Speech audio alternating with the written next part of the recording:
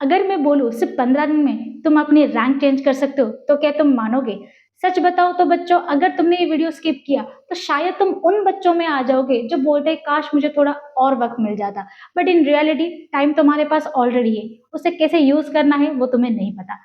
So hello students, welcome to Vidyant, your trusted partner in cracking NEET UG with clarity and confidence। मैं Mausami Sahu biology educating NEET UG category आप सबको स्वागत करती हूँ इस last 15 days की स्ट्रैटेजी के क्लास में।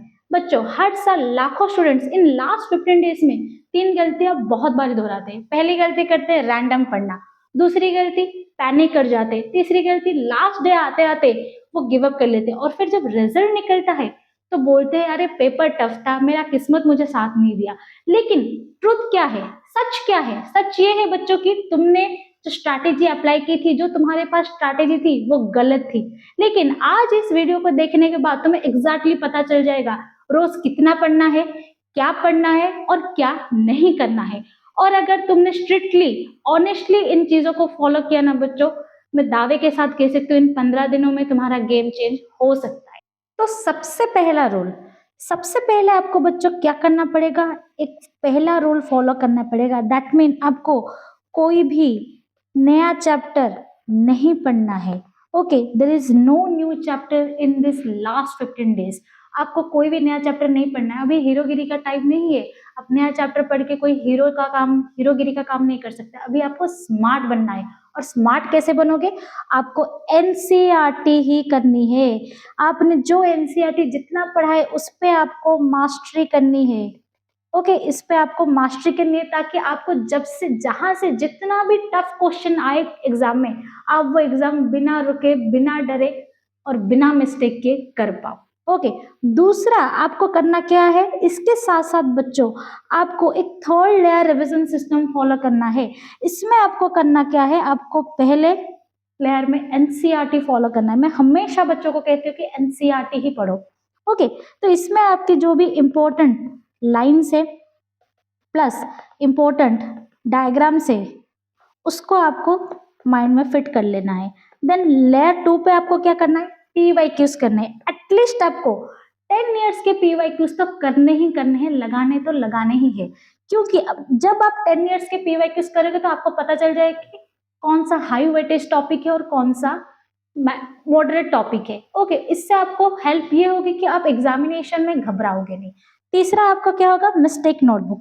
इन्हीं मिस्टेक नोटबुक में आपने जो जो भी मिस्टेक की है पीवाईक्यूज करते वक्त या फिर एमसीक्यूज करते वक्त, वो दोबारा वो गलतियां आपको यहाँ पे लिख देना है ताकि आप दोबारा इसको मिस्टेक ना कर पाओ। अगर आपने ये 3 चीजें सही तरीके से फॉलो कर लिया ना, तो आपका ब्रेन ऑटोमेटिकली इंपॉर्टेंट चीज को याद रखने में काबिल हो जाएगा। आपको ऐसा लगेगा कि नहीं कि आपको याद नहीं रहे, जो इंपॉर्टेंट चीज है वो आपकी ब्रेन आपको याद रखते जाएगा। ओके, नेक्स्ट इसके बाद आप सोचोगे कि डेली रूटीन आपकी क्या होनी चाहिए, कैसे डेली रूटीन आप बनाओ।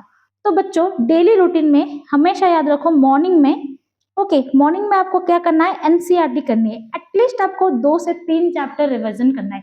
वो चाहे आप बायोलॉजी का करें या फिर फिजिक्स का करें या फिर केमिस्ट्री, आपका जो दिल चाहे, आप जो भी सब्जेक्ट करना चाहो, सुबह उठ के पहले उसकी एनसीईआरटी को रिवीजन करो।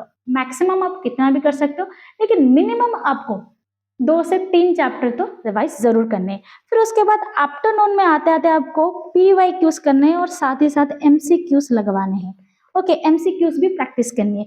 वो चाहे आप फिजिक्स का करो, केमिस्ट्री का करो या फिर बायो का, किसी का भी करो, लेकिन आपको आफ्टरनून में क्या करना है, पीवाईक्यूज एंड एमसीक्यूज। फिर इवनिंग में आते आते आपको वीक टॉपिक्स, चाहे आपकी बायोलॉजी में कुछ वीक हो या फिर आप फिजिक्स में थोड़े वीक हो, जो टॉपिक में जिस चैप्टर में आप वीक हो उसी चैप्टर को आपको क्या करना पड़ेगा, एनालिसिस करना पड़ेगा। और साथ ही साथ आपने क्या क्या मिस्टेक्स की है इन चैप्टर्स को पढ़ाई करने में या फिर रिवीजन में, जो जो भी मिस्टेक्स की है उसको क्या करना है, आपको एनालिसिस करनी है। और फिर रात को नाइट में आपको एटलीस्ट 30 मिनट्स का एक क्विक रिविजन करना पड़ेगा, बायो का, फिजिक्स का एंड केमिस्ट्री का। आपको जो भी अच्छा लगे, आप चाहे तो सिर्फ आप आज बायो का कर सकते हैं या फिर अगले दिन फिजिक्स का, या फिर डेली आप बायो फिजिक्स केमिस्ट्री का 30 मिनट्स या फिर आधा आधा घंटा आप रिवीजन कर सकते हैं।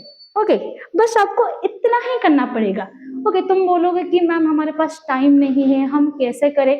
बच्चा, तुम्हारे पास टाइम है, तुम्हारे पास फोकस नहीं है, फोकस की कमी है। और कैसे फोकस तुम अपने अंदर ला पाओगे?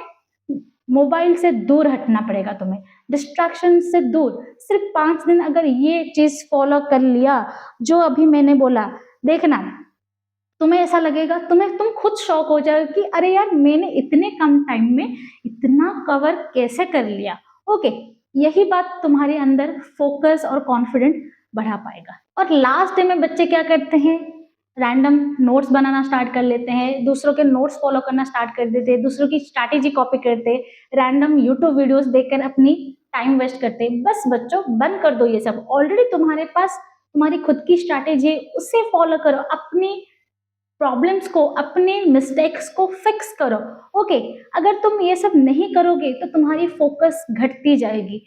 और हाँ बच्चों, एक बात और ध्यान से सुनो, अगला 15 दिन तुम्हारी लाइफ का सबसे इंपॉर्टेंट दिन होने वाला है। या फिर तुम यहाँ पे डिस्ट्रैक्शन चूज करोगे या फिर तुम अपनी फ्यूचर। अगर तुम फ्यूचर चूज करते हो तो तुम्हें नए नोट्स नहीं बनाने हैं, दूसरों की स्ट्रैटेजी नहीं फॉलो करनी है, एनसीईआरटी पीवाईक्यूज को ज्यादा फोकस करना है, अपनी डेली रूटीन को फिक्स करना है और मिस्टेक्स को रिपीट नहीं करना है।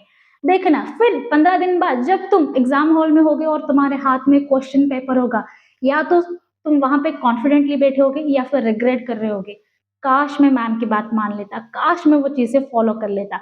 ओके, तो डिसीजन तुम्हें लेना है कि तुम्हें करना क्या है। तुम्हें अपनी फ्यूचर बनानी है या फिर डिस्ट्रैक्शन में अपनी पूरी लाइफ बिता देनी है। ओके, अगर तुम सीरियस हो, तुम सोच रहे हो कि नहीं मुझे इस साल नेट क्रैक करना है, तो चैनल को सब्सक्राइब करना बच्चों, क्योंकि यहाँ मैं सिर्फ तुम्हें पढ़ाने नहीं आती हूँ, यहाँ तुम्हें सही स्ट्रैटेजी, सही तरीका बताने आती हूँ। ओके, तो नेक्स्ट क्लास में बच्चों तुम्हारे साथ मुलाकात होगी एक नए वीडियो के साथ, एक नए लेक्चर के साथ। तब तक के लिए बच्चों पढ़ते रहो, बढ़ते रहो और अपनी मंजिल की ओर चलते रहो।